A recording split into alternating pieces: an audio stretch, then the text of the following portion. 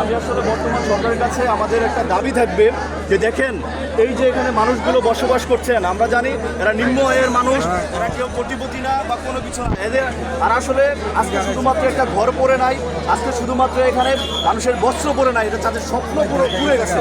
আমরা চাই এদেশের সরকার যে আছেন ডক্টর মোহাম্মদ ইউনূস সহ এবং আমাদের যারা ছাত্র উপদেষ্টা আছেন বিশেষ করে, আমরা চাই তারা যেন এখানে এসে ভিজিট করে এবং তারা দেখে যথাযথ ক্ষতিপূরণ তারা পায়।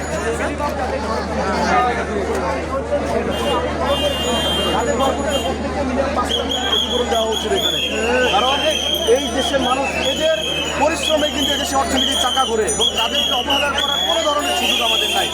আমরা চাই আর যেরকম সরকার পাশে থাকবে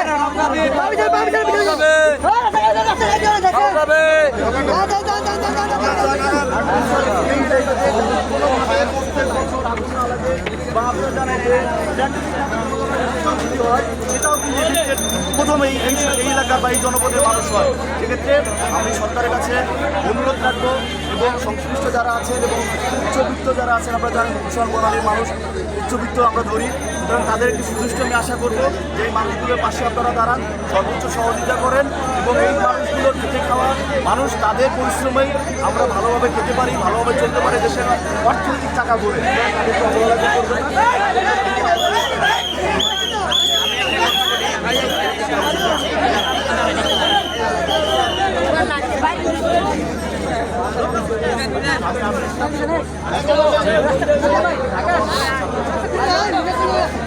ঢাকা সদর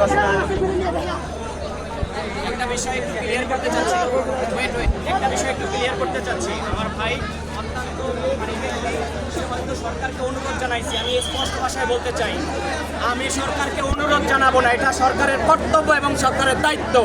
এখানে আজকে যারা ক্ষতিগ্রস্ত হয়েছে তাদেরকে সরকার তাদের দায়িত্ব নিতে হবে।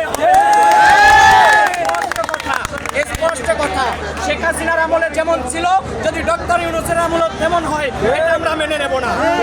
স্পষ্ট কথা, আজকে যারা ক্ষতিগ্রস্ত হচ্ছে, ভাই যেহেতু বলছে ভাইয়ের সাথে তাল মিলিয়ে বলি, নির্মতম 5 লাখ এর পুরো 10 লাখ 15 লাখ তাদের দিতে হবে। এখানে যাদের যা ক্ষতি হয়েছে প্রতিটা ক্ষতি পাই টু পাই কোনে কোনে সরকারকে তাদেরকে পুষিয়ে দিতে হবে, কারণ 24-এর অভ্যুত্থান পরবর্তী সময় বাংলাদেশের যাই হোক সব কিছুর দায়ভার সরকারের নিতে হবে।